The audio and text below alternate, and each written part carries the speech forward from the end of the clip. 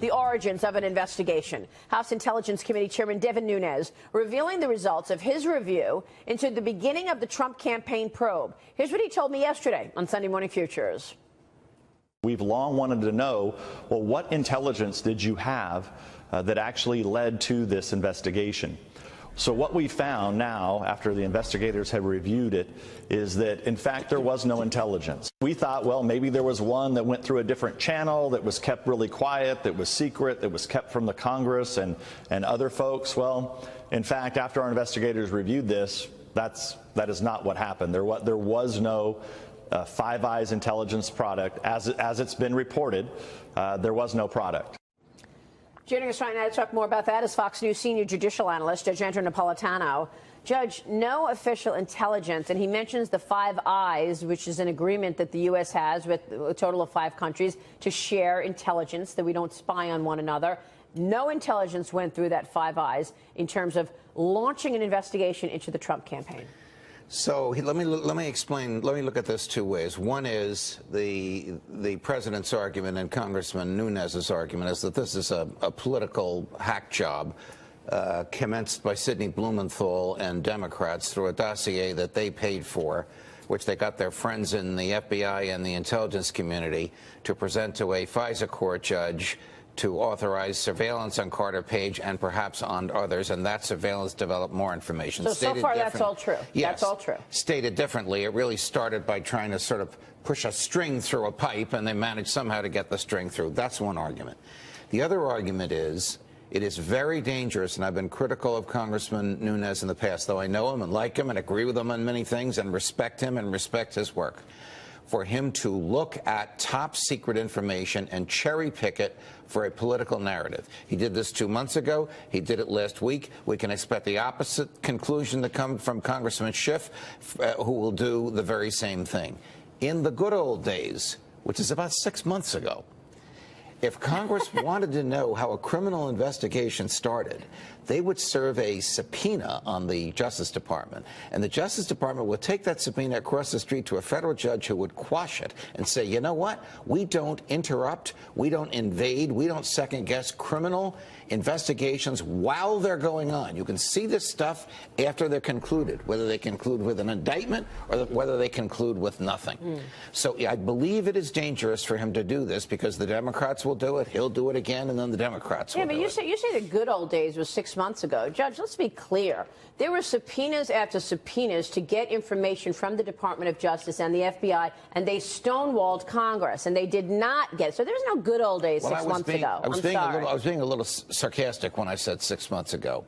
It was longer than 6 months ago when, if Congress wanted information about an ongoing criminal investigation, they would not get it, no matter what subpoenas they served, because the subpoena would be quashed by a federal judge who knows you cannot subject to the light of day evidence obtained in an ongoing criminal investigation. A, it tips off the people being investigated.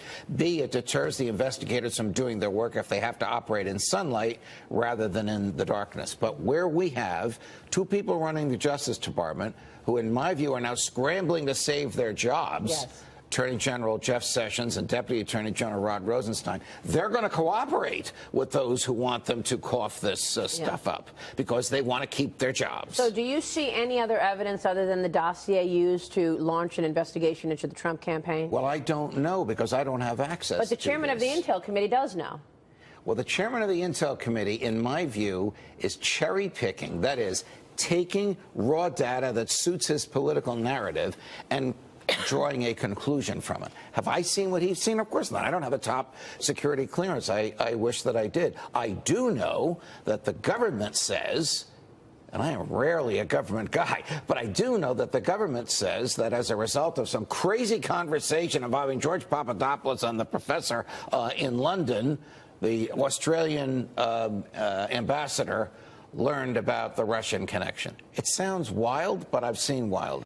Now to investigating the investigators, the Justice Department expanding its internal investigation into the FBI's Russia probe after a high-level White House meeting with President Trump. Inspector General Michael Horowitz will now look into, quote, any irregularities with the tactics concerning the Trump campaign. This is former pollster and chief strategist for Bill and Hillary Clinton, Mark Penn, is calling for the special counsel's investigation to come to an end. In an op-ed for The Hill, Mark Penn writes this in part, quote, the Mueller investigation has been a scorched earth effort to investigate the entirety of the Trump campaign, Trump business dealings, and the entire administration. This process must now be stopped, preferably long before a vote in the Senate. Rather than a fair, limited, and impartial investigation, the Mueller investigation became a partisan, open-ended inquisition that, by its precedent, is a threat to all those who ever want to participate in a national campaign or an administration again. Joining me right now is Mark Penn himself, the former senior advisor to the Clintons, president and managing partner of the Stagwell Group, and the author of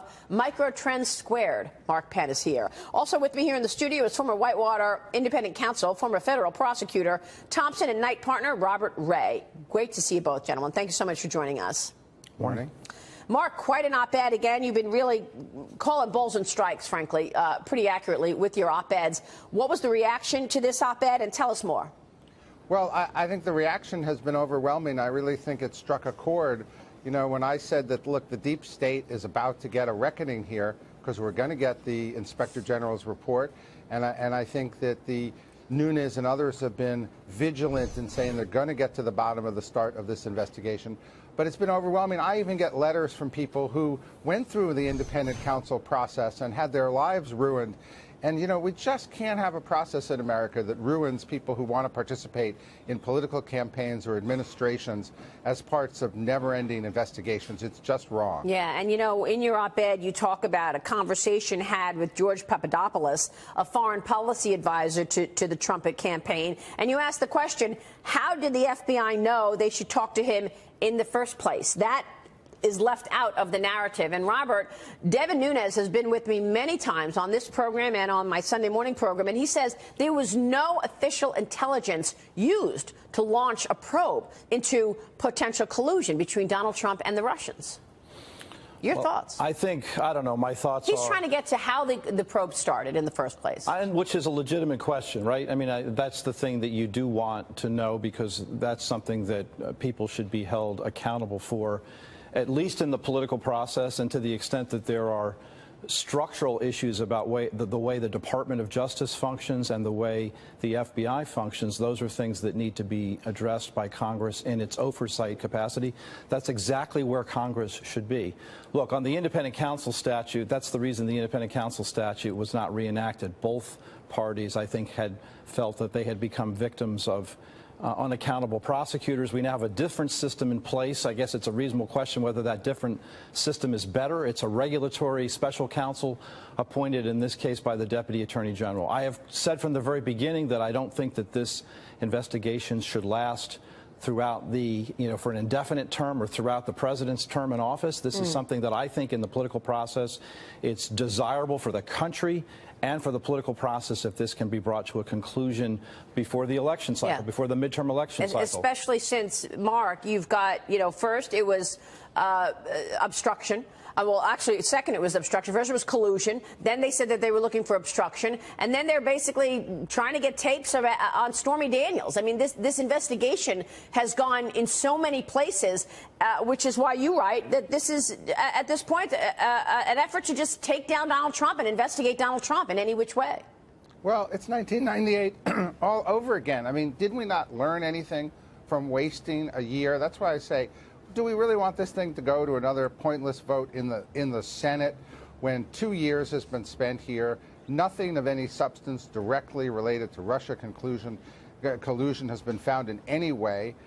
It's time to figure out how to end this process and get out of it. But most importantly, the deep state's got to be held accountable here.